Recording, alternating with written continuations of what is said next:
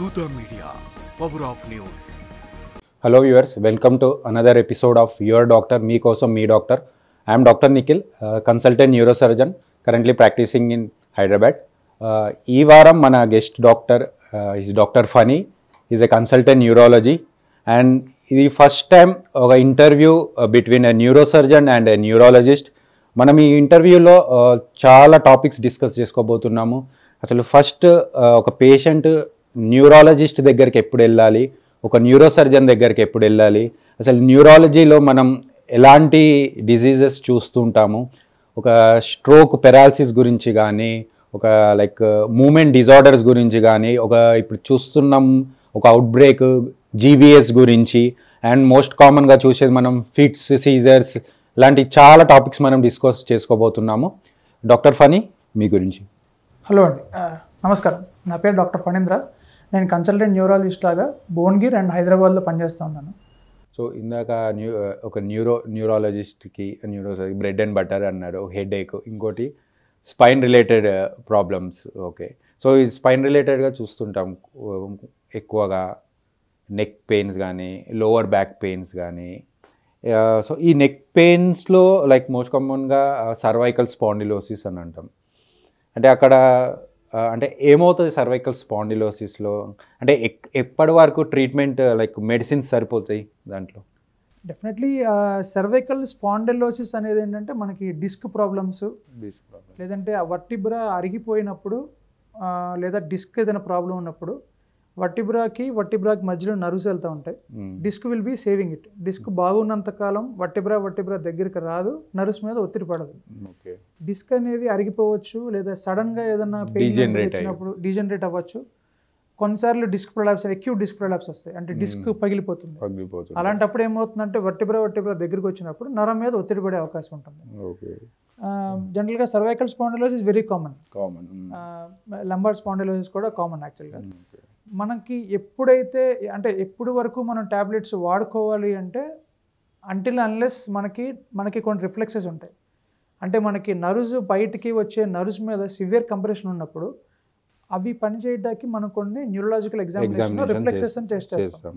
Power కానీ, reflexes కానీ, muscle atrophy అట్రోఫీస్, మనకి ఆ మజిల్ స్ట్రెంగ్త్ తగ్గటం కానీ, రిఫ్లెక్సెస్ అనేవి తగ్గినా కానీ, ఎట్రోఫీ అంటే మజిల్ సన్నబడిపోవటం కానీ, ఇవి మూడు ప్రధానంగా ఉంటే కనుక డెఫినెట్లీ దీనికి సర్జికల్ ఇంటర్వెన్షన్, అన్నెసరీగా టైం వేస్ట్ చేయకుండా డెఫినెట్లీ. సో అంటే just only pain like tingling కానీ, నమ్నెస్ కానీ, అంటిల్ అన్లెస్ అక్కడ కొద్దిగా ఒక వీక్నెస్ అనేది కానీ, సెన్సరీ డెఫిసిట్స్ లేనంత వరకు మనం ట్యాబ్లెట్స్తో మేనేజ్ చేయొచ్చు. సో వన్స్ వాళ్ళకు ఈ పవర్లో వీక్నెస్ రావడం కానీ, like hand grip, myelopathy changes అంటాము, వాకింగ్లో డిఫికల్టీస్, ఇలాంటివి మొదలవుతుంటే మాత్రం లైక్ డెఫినెట్లీ దానికి సర్జరీ నీడ్ ఉంటుంది. లైక్ డిస్క్ అక్కడ నర్వ్ని కంప్రెస్ చేసే డిస్క్ కానీ తీసేస్తాము. అండ్ ఆల్సో చాలామంది అడుగుతూ ఉంటారు, ఈ స్పైన్ సర్జరీ ఒకవేళ సర్జికల్ చేశాక పేషెంట్ నడవరంట కదా, కాళ్ళు చేతులు అన్నీ పడిపోతాయి అని అంటూ ఉంటారు. బేసికల్ మా న్యూరో సర్జన్ దగ్గర చాలా అడిగే క్వశ్చన్స్. అట్లేం ఉండదు యూజువల్లీ. లైక్ స్పైన్ సర్జరీలో అంత కాంప్లికేషనే ఉంది అంటే ఫస్ట్ ఆఫ్ ఆల్ సర్జరీ అనేదే ఇంట్రొడ్యూస్ చేయరు, కనిపెట్టరు, అలాంటి ఒక ప్రొసీజర్ అనే చెయ్యరు కదా. లైక్ సో అదే అంటున్నా, లైక్ మెడిసిన్స్ వాడేంతసేపు వాడాలి. నేను చెప్పినట్టు కొన్ని ఏమన్నా సిమ్టమ్స్ మొదలవుతున్నాయి అంటే మాత్రం, ఎందుకంటే వన్స్ ఒకసారి డ్యామేజ్ అయిపోయిన తర్వాత అప్పుడు సర్జరీ చేసినా దాన్ని రికవర్ చేయలేము. సో అది ఒకటి కండిషన్. ఇంకోటి చూస్తున్నాం లో బ్యాక్ ఏక్, మోస్ట్ కామన్ లో బ్యాక్ ఏక్. సేమ్ ఎట్లాగో స్పైన్లో నెక్లో ఎలాగా డిస్క్ ఉంటుందో లంబార్లో కూడా అట్లానే డిస్క్ ఉంటే సేమ్ కంప్రెషన్స్ ఉంటాయి. లైక్ సో అందులో మెడిసిన్స్ ఎప్పటి వరకు వాడాలంటారు? లైక్ యాజ్ ఎ న్యూరాలజిస్ట్గా మీరు ఎంతవరకు మెడిసిన్స్తో మేనేజ్ చేస్తారు? దానిలో కూడా మనకి సేమ్ ఆ రిఫ్లెక్సెస్ కానీ, మజిల్ ఎట్రోఫీ కానీ, వీక్నెస్ కానీ, లేకపోతే మీరు అన్నట్టు ఇందాక నడక అనేది కొంచెం ఉంటాం కానీ, చెప్పులు జారిపోవటం కానీ, ఆ కంప్రెషన్ అనేది ఆ నరువు దాటి రాడికల్ అంటాం, రూట్ అంటాం, ఆ రూట్ దాటి స్పైన్ దాకా ఏదైనా పడితే కనుక డెఫినెట్లీ మనం సర్జరీకి రిఫర్ చేయాలి. బెటర్ లేట్ దెన్ ఎవర్ అన్నట్టే చూసుకోవాలి ఎప్పుడైనా సరే. ఎందుకంటే మనం లేట్ చేసే కొద్దీ సర్జరీస్ చేసేది మిగిలిన్న నర్వ్స్ కోసం, మిగిలిన్న దానికోసం చేస్తాం. ఆల్రెడీ డ్యామేజ్ అయిన దానికోసం చేస్తాం, ఉపయోగం లేదు. So as a neurologist definitely I would recommend నా పేషెంట్స్ని as early as possible, if it is really required neuro surgeon దగ్గరికి వెళ్ళి చేయించుకోమని చెప్తాను. అదే ఇందులో కూడా లైక్ సేమ్ కంప్రెస్ చేస్తున్నారు, డిస్కెక్టమీ అంటాము, లామినెక్టమీ అని అంటాము, తీసి ఆ కంప్రెషన్ ప్రెషర్ అనేది రిలీవ్ చేస్తుంటాము. ఈ స్పైన్లో కూడా కొంతమందికి లైక్ ఆ ఇన్స్టెబిలిటీ అనేది ఉంటుంది, లిస్థసిస్ అని అంటాము. అలాంటి వాటికి స్పైనల్ ఫిక్సేషన్, పెడికిల్ స్క్రూస్ వేస్తుంటాం, ఫిక్స్ చేస్తుంటాము. 2 or 3 లెవెల్స్ వర్టిబ్రేలో ఫిక్సేషన్స్ చేస్తూ ఉంటాం. సేమ్ ఈ లంబార్ పెయిన్లో కూడా సర్జరీ అంటే కూడా చాలామంది ఈ లంబార్లో అంటే 2 కాళ్ళకి వస్తుంటుంది, కాళ్ళన్నీ చచ్చిపడిపోతాయి అంట కదా అని అడుగుతూ ఉంటారు.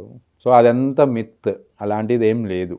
డెఫినెట్లీ సర్జరీ చేసుకుంటారు. చాలామంది లైక్ సెలబ్రిటీస్ కూడా ఈ lumbar spine surgeries they underwent, recovery అయ్యారు. స్పోర్ట్స్ పర్సన్స్ చాలామంది కూడా ఈ స్పైన్ సర్జరీ చేయించుకుంటారు.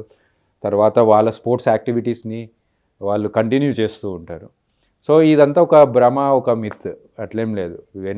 డెఫినెట్లీ నీడ్ ఉంటే సర్జరీ చేసుకోవాల్సిందే, సిమ్టమ్స్ని తగ్గించుకోవాల్సి. జనరల్లీ ఎన్ని రోజుల్లో సర్జరీ తర్వాత నడవగలరు అని? నలుగురు హాస్పిటల్లో యూజువలీ ఇప్పుడు ఇంకా అడ్వాన్స్గా ఎండోస్కోపీ వచ్చిన తర్వాత వితిన్ నెక్స్ట్ డే ఆ 2-3 డేస్లో డిశ్చార్జ్ చేస్తున్నాం. కొద్దిగా open surgery maximum 5 to 7 days. తర్వాత ఒకటి ఎల్ఎస్ బెల్ట్ అనేది ఉంటుంది, అది పెట్టుకొని లైక్ చిన్న ఇంట్లో వాకింగ్స్ అవి చేసుకుంటూ ఉండొచ్చు. ఆఫ్టర్ ఒక 3 months to 6 months తర్వాత కొద్దిగా మ్యాక్సిమం వాళ్ళ నార్మల్ యాక్టివిటీకి రావచ్చు. అప్పటిదాకా కొద్దిగా జాగ్రత్తగా ఉండాలి, అంటే ఎక్కువ మెట్లు ఎక్కకుండా, అలాంటి ఓవర్ బర్డెన్ స్ట్రెయినియస్ వర్క్ చేయకుండా ఉంటే సరిపోతుంది. బెటర్ అంటే ఆ సర్జరీ అవ్వగానే ఇంకా కంప్లీట్ బెడ్ మీదే ఉండాల్సిన అవసరం లేదు. వితిన్ 5 to 7 days లేచి వాష్రూమ్కి వెళ్ళడం కానీ ఇంట్లో చిన్న పనులు చేసుకోవచ్చు, అట్లానేం లేదు. ఈ సర్జరీ తర్వాత మళ్ళీ పెయిన్ కానీ మళ్ళీ అదే సిమ్టమ్స్ వస్తే మనం సర్జికల్ కాంప్లికేషన్ అనుకోవాలా, లేకపోతే వేరే కొత్త కంప్లైంట్ ఏదైనా వచ్చింది అనుకోవాలి? దీన్ని ఒక కండిషన్ ఉంటుంది, ఫెయిల్డ్ బ్యాక్ సిండ్రోమ్ అని. సో డెఫినెట్లీ యాక్చువల్లీ స్పైన్ సర్జరీలో మనకు 100% pain relief, 100% symptoms and relief అనేది ఉండదు, చాలా రేర్. అంటే మ్యాక్సిమం ఒక 70 to 80% వరకు రిలీఫ్ అవుతుంది సిమ్టమ్స్ అనేది. ఆ 70 to 80% కూడా రిలీఫ్ అవ్వకపోతే ఒకసారి మళ్ళీ రిపీట్ ఎంఆర్ఐ చేసి చూడాలి. అంటే ఇప్పుడు మనం ఆ డిస్క్ ఇన్కంప్లీట్గా ఆ డిస్క్ అనేది తీయడం కానీ, ఆల్రెడీ మిగిలి ఉన్న డిస్క్ మళ్ళీ రికరెంట్ డిస్క్ ప్రొలాప్స్ అనేది అంటారు.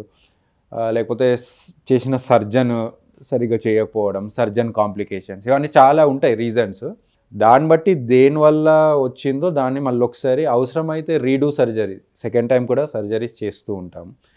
ఒక్కొక్కసారి స్క్రూస్ వేసినప్పుడు కానీ ఆ స్క్రూస్ విరిగిపోవడం కానీ, డిస్లాడ్జ్ అవ్వడం లాంటివి కూడా అవుతాయి. అలాంటప్పుడు ఆ స్క్రూస్ని తీసేయడం కానీ, వేరే అలైన్మెంట్లో మళ్ళీ ఒకసారి స్క్రూస్ వేయడం లాంటివి చేస్తూ ఉంటాం. Okay. Hello viewers, please subscribe to Dootha media. For more updates, please subscribe Doota Media.